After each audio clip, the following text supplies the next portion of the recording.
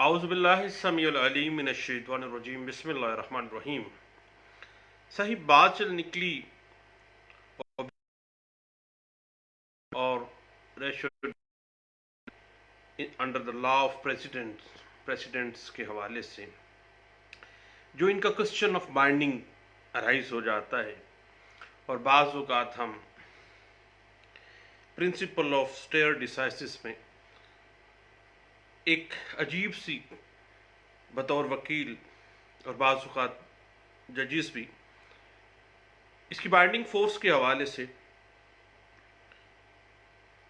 Double mind हो जाते हैं।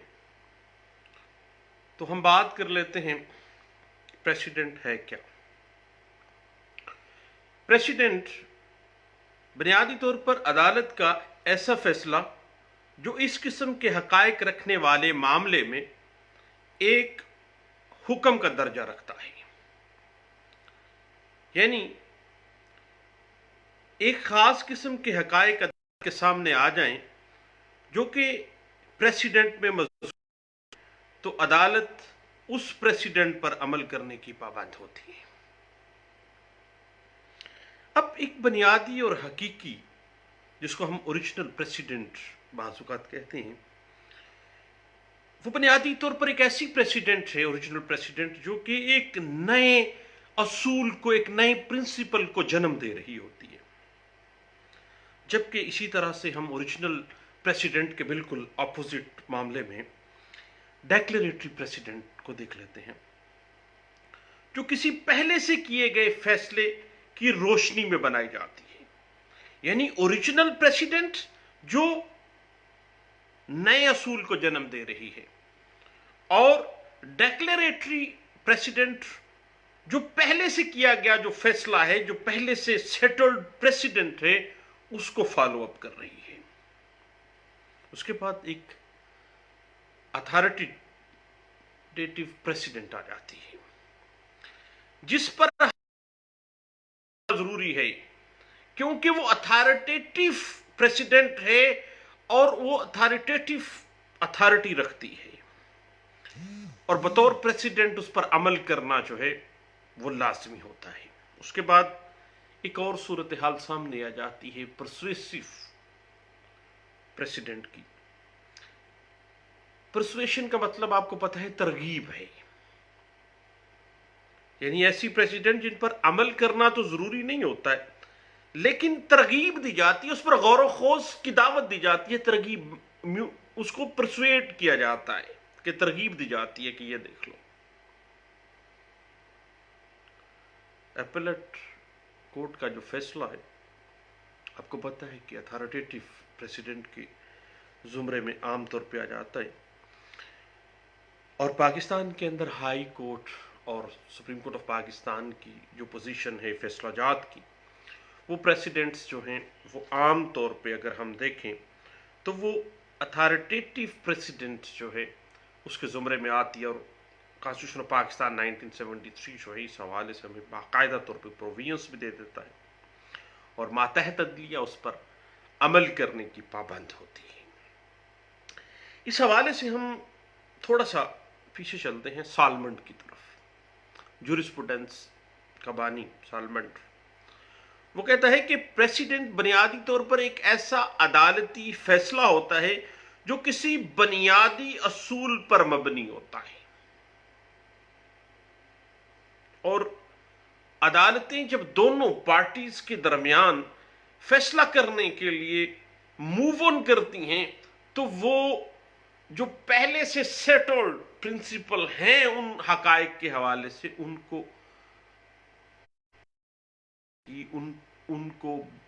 पर अमल करने की पाबंद है।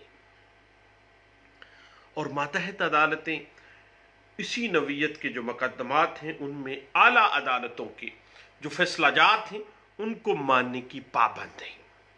और इसके ऊपर ही प्रिंसिपल ऑफ स्टेयर डिसाइसिस जो है, फैसले पर कायम रहने का असूल, जिस पे हम ऑलरेडी एक मैं गपशप लगा चुका हूं, और मेरा जो यूट्यूब चैनल है जिसका नाम मैंने लॉ लेक्चर्स बाय सलीम यकूब रखा है वो गपशप का प्रोग्राम, लेकिन चूंकि सर्च को आसान बनाने के लिए लेक्चर का लफ्ज़ इस्तेमाल किया गया है, उसमें प्रिंसिपल ऑफ स्टेयर डिसाइसिस पे जो हमने गपशप लगाई है उसको जरा जरूर देखिएगा। बुनियादी तौर पर लॉ ऑफ प्रेसिडेंट में बाइख्तियार आला अदालतों की फैसलाजात जो हैं वो मातहत अदलिया के लिए लाजमी उनकी पाबंदी जो है वो सामने आ जाती है। और अगर हम कॉमन लॉ में देखें तो बरतानिया में जो जज मेड लॉ है उसको बहुत अहमियत दी जाती है, और जज एक कानून बनाता ही नहीं है कॉमन लॉ के अंदर, बल्कि उसका ऐलान भी करता है। यानी कॉमन लॉ के अंदर हम देखते हैं कि जज कानूनी असूल वज़े करता है, जज मेड लॉस को प्रेसिडेंट ही कहा जाता है। अब जहां तक प्रेसिडेंट्स की लीगल वैल्यू को हम देखना चाहें, कॉन्स्टिट्यूशनल वैल्यू पाकिस्तान का आइन हमें दे देता है।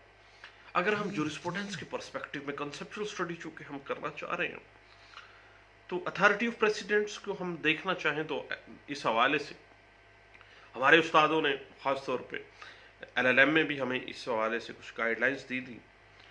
तो कॉमन लॉ के हवाले से साहिब प्रेसिडेंट्स को बहुत अहमियत हासिल है, क्योंकि जो प्रेसिडेंट्स हैं वो आम तौर पर फैसलों के जरिए जजों की एक जमात, कॉमन लॉ कहता है कि जजेस जो हैं वो उसको कॉन्स्टिट्यूट कर रहे होते हैं, और जज चूंकि कानून का माहिर है इसलिए वो बेहतर कानून बनाना जानता है, बेहतर कानून को इंटरप्रेट करना जानता है, बेहतरीन असूल, कानूनी असूल को बताना जानता है। और कोई भी अदालती फैसला जो प्रेसिडेंट का दर्जा हासिल कर लेता है उस वक्त तक वो काबिल अमल है, दुरुस्त है, जब तक कि आला अदालतें उसे तब्दील या मनसूख ना कर दें, उसके अगेंस्ट कोई फैसला ना आ जाए।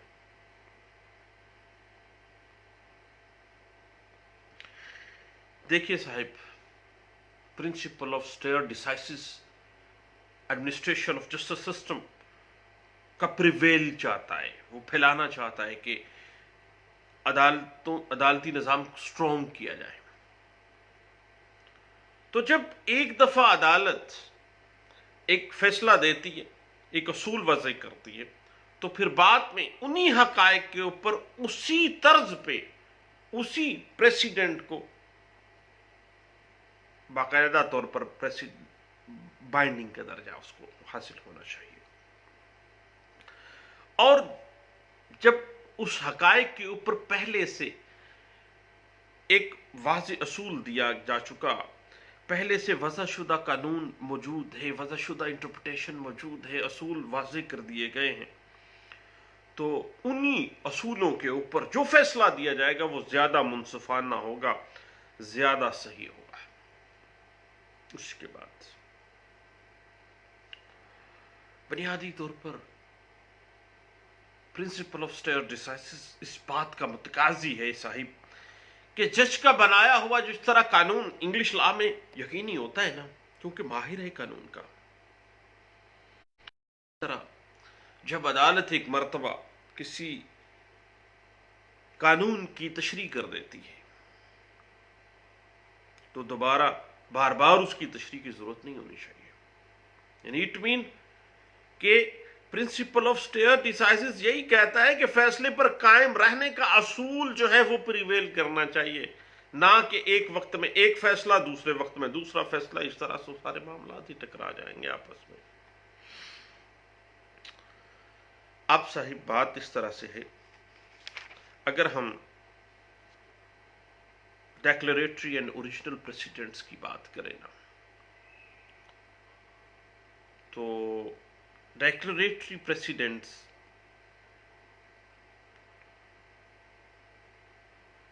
बुनियादी तौर पर नए असूल वज़ा नहीं करती,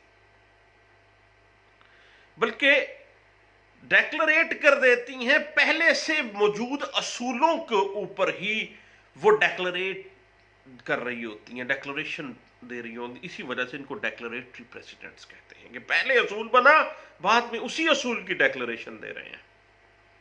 इस तरह की जो प्रेसिडेंट्स हैं उनको हम डेक्लरेटरी प्रेसिडेंट्स कहते हैं। जबकि पहले भी हमने बात की, ओरिजिनल प्रेसिडेंट्स जो हैं वो नए असूल बनाती हैं, नए अदालती कवानीन की इंटरप्रिटेशन के मुताबिक कवानीन को वज़े कर देती हैं। जबकि हमने पहले भी बात की कि अथॉरिटेटिव प्रेसिडेंट्स और परसुएसिव प्रेसिडेंट्स की। अथॉरिटेटिव प्रेसिडेंट्स वो हैं जिन पर अमल करना जरूरी है, ख्वाह जज का फैसला दुरुस्त है या गलत है। मातहत अदालत के लिए इस पर अमल करना जरूरी हो गया। आईन पाकिस्तान 1973 के मुताबिक तमाम मातहत अदालतें, सुप्रीम कोर्ट ऑफ पाकिस्तान और अपनी उनकी जुरिस्डिक्शन में मौजूद जो हाई कोर्ट्स हैं, उनके फैसलाजात को मानने और उन पर अमल करने की पाबंद है। जी, that is the authoritative president, हुक्मिया है। जबकि परसुएसिव प्रेसिडेंट्स की अगर हम बात करें तो वो प्रेसिडेंट्स हैं, अदालतें जिन पर अमल करने की पाबंद नहीं है, दे आर बीइंग परसुएड, उनको तरगीब दी जा रही है। अगर अदालत चाहे तो आला अदलिया अगर परसुएसिव प्रेसिडेंट देती है तो उसके फैसलों के ऊपर बेशक अमल ना करे, लेकिन उसको गाइडलाइंस के तौर पे परसुएड किया जा रहा है कि इस तरह होना चाहिए। अदालतें कभी भी परसुएसिव टाइप ऑफ प्रेसिडेंट्स की पाबंद नहीं है। अब परसुएसिव टाइप्स ऑफ प्रेसिडेंट की बेहतरीन मिसाल ऑल इंडिया रिपोर्टर है साहिब। आमतौर पे जब हम मुख्तलिफ कोर्ट्स ऑफ लॉ में जाते हैं तो हम all India reporter, Bombay high court, Patna high court का फैसला है, तो that is the persuasive precedents. हमारी अदलिया उसको मानने की पाबंद नहीं है, लेकिन दैट इज द परसुएशन। उनको हम तरगीब देते हैं कि देखो पटना हाई कोर्ट में यह फैसला हुआ था, बम्बई हाई कोर्ट में यह फैसला हुआ था। मसलन पाकिस्तान की कोर्ट्स हुआ, इंडिया की supreme court, all India reporter में, या हाई कोर्ट्स के जो फैसला जात हैं उनका फैसला तस्लीम करें या ना करें, मर्जी है, कोई पाबंदी नहीं है। लेकिन परसुएशन मौजूद है सही। जब हम उन प्रेसिडेंट्स को पेश करते हैं, या पिछले दिनों SCMR में बाकायदा कैनेडियन सुप्रीम कोर्ट का एक फैसला जो है वो बाकायदा रिपोर्ट किया गया। अब कनाडा की सुप्रीम कोर्ट का जो फैसला है, पाकिस्तान की जो मातहत अदलिया है, क्या वो मानने की पाबंद है? नहीं पाबंद, लेकिन SCMR ने बाकायदा तौर पर उसको परसुएसिव टाइप ऑफ प्रेसिडेंट के तौर पे नकल किया और हमने अदालतों में जाके उसको परसुएसिव टाइप ऑफ प्रेसिडेंट के तौर पे पेश किया कि जनाब कनाडा की हाई कोर्ट में यह फैसला इस तरह से हुआ था। उसके बाद आगे बात चलते हैं, एब्सोल्यूट एंड कंडीशनल प्रेसिडेंट्स की बात आ जाती है। एब्सोल्यूट प्रेसिडेंट्स जो ख्वाह गलत या नामाकूल हो, फिर भी उन पर अमल करना जरूरी है, क्योंकि they are the absolute type of precedents. आला अदलियों के फैसले एब्सोल्यूट टाइप ऑफ प्रेसिडेंट्स के जुमरे में आ जाते हैं, क्योंकि मातहत अदलिया के लिए वो एब्सोल्यूट प्रेसिडेंट है। इसी तरह हाई कोर्ट उसी हाई कोर्ट के डिवीजन बेंच के लिए बाइंडिंग होता है। Full bench of high court का फैसला डिवीजन बेंच के लिए रखता है, और मातहत अदलिया भी इस पर फैसला करने की और उसको मानने की पाबंद होती है। यह है एब्सोल्यूट टाइप ऑफ प्रेसिडेंट्स की खत्मी प्रेसिडेंट। जबकि कंडीशनल प्रेसिडेंट्स वो होती हैं जो वाजिबुल तामील तो होती हैं, लेकिन उनकी हैसियत एब्सोल्यूट नहीं होती है। मसलन हाई कोर्ट के सिंगल बेंच का फैसला उसी हाई कोर्ट के दूसरे सिंगल बेंच के लिए वाजिबुल तामील नहीं है, देन वो क्या है? That is the conditional president. Conditional है कि उन इन्हीं हालात में फलां सिंगल बेंच ने ये फैसला किया, दूसरे सिंगल बेंच के आगे लेके आ जाए उसको, तो वो उसके लिए कंडीशनल प्रेसिडेंट है। वो एब्सोल्यूट नहीं है, वाजिबुल तामील नहीं है, तो जरूरी नहीं है कि उसको मानेंगी वो।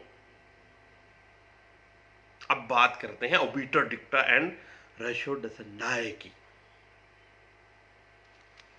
ओबिटर डिक्टा जो है वो जज की जेली राय है। ओबिटर डिक्टा जज की वो जेली राय है जिसका उस मुकदमे से बराह रास्त कोई ताल्लुक नहीं होता। अदालत अपनी राय देती है, इसलिए ओबिटर डिक्टा अदालतों के लिए काबिल अमल जरूरी नहीं है। ओबिटर डिक्टा जो है उस पर अमल करना अदालतों के लिए जरूरी नहीं है, जबकि रेशो डसेंडाई जो है वो अदालतों का बुनियादी और हकीकी नुक्ता है एक फैसले में। यानी ओबिटर डिक्टा की हद तक उन अदालत की जाती राय है, जज की अपनी जाती राय है। अब जाती राय बाइंडिंग का दर्जा नहीं रखती है, लेकिन उसी फैसले में अगर उसने रेशो डसेंडाई यानी उसी अदालती फैसले में बुनियादी और हकीकी नुक्ते को बयान किया है, और वो प्रिंसिपल जो है वो रेशो डसेंडाई है, and that will be the binding on the subordinate courts. सारी बात इस तरह से है कि किसी मुकदमे में बुनियादी नुक्ता जो है वही प्रेसिडेंट बनता है, और वही बुनियादी नुक्ता जो है वो जुडिशियल लॉ की हैसियत इख्तियार करता है, और उसी को ओबिटर रेशो डसेंडाए यानी अदालती फैसले का बुनियादी और हकीकी नुक्ता रेशो डसेंडाई उसको कहा जाता है। यानी मुकदमे के बुनियादी नुक्ते को बाइंडिंग फोर्स का दर्जा हासिल है, मातहत अदलिया उसको मानेंगी। अब बात थोड़ी सी आगे बढ़ाते हैं। बात इस तरह से है कि अदालत के वो फैसले जो किसी स्टैट्यूट लॉ की तशरीह करते हुए सादर किए जाए, यानी किसी स्टैट्यूट लॉ की इंटरप्रिटेशन करते हुए जो फैसला सादर किया जाएगा, वो अथॉरिटी का दर्जा हासिल कर जाता है। वो फैसला अथॉरिटेटिव प्रेसिडेंट के जुमरे में आ जाएगा, और वो फैसले एक पर मबनी हो, और उनका फैसला पहले किसी जो ऑलरेडी मौजूद है कोई भी प्रेसिडेंट उसके मुताबिक किया जाएगा। अगर वो किया जाता है तो उसको डिसीजन ऑन प्रिंसिपल कहा जाएगा, यानी डेक्लरेटरी प्रेसिडेंट, यानी पहले से मौजूद कोई प्रेसिडेंट है जिसके ऊपर उसको बुनियाद बनाकर दे दिया गया है। अब बात थोड़ी सी आगे बढ़ती है साहब कि एक प्रेसिडेंट जो है वो कब नजरअंदाज की जा सकती है। यानी कंडीशनल प्रेसिडेंट पर अमल करना जरूरी नहीं है, जिस तरह हमने पहले भी ये बात की है। मसलन एक हाई कोर्ट के सिंगल बेंच का जो फैसला है वो हाई कोर्ट के दूसरे सिंगल बेंच के लिए वाजिबुल तामील नहीं है, उस पे उसकी पाबंदी नहीं है।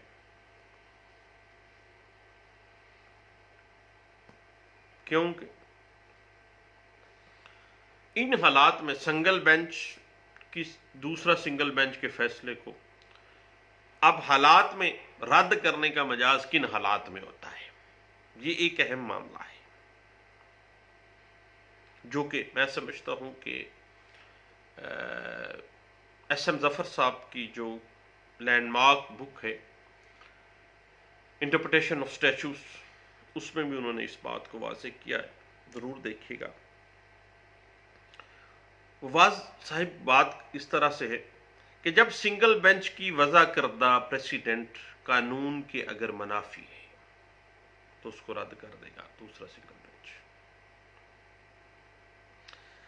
अब जब प्रेसिडेंट एक सिंगल बेंच ने दी है, वो स्पेशल माइंड में बैठती नहीं है, यानी लॉजिकल नहीं है, अकल से बाइद है। अब अकल साहिब नहीं मानती उसको, कानून उसको सपोर्ट नहीं करता, तो देन सिंगल बेंच दूसरे सिंगल बेंच का फैसला मानने का पाबंद नहीं है। अदरवाइज अगर एक सिंगल बेंच ने फैसला दिया और वो बाकायदा जुडिशियल माइंड इस्तेमाल करते हुए दिया, बाकायदा तौर पर वो कानून के ऐन मुताबिक है, तो फिर वो इंतहाई जरूरी बन जाता है। और मतहत अदालतें और दूसरी जो आला अदलिया में सिंगल बेंच है, वो उसको नजरअंदाज नहीं करती है।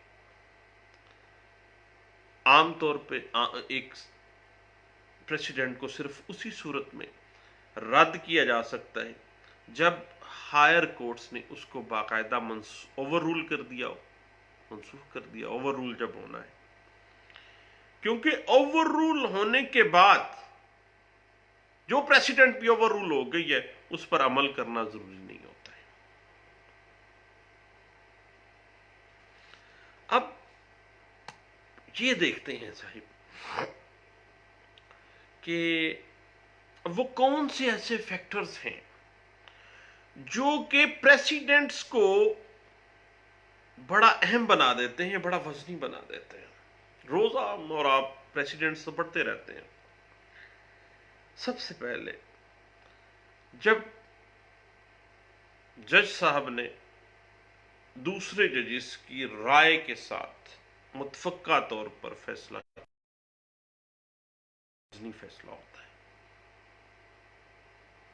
यानी अगर डिविजनल बेंच है या फुल बेंच है तो तमाम जजों ने फैसला मुतफक्का तौर पर दिया है, बड़ा अहम प्रेसिडेंट और बड़ा वजनी प्रेसिडेंट बनता है।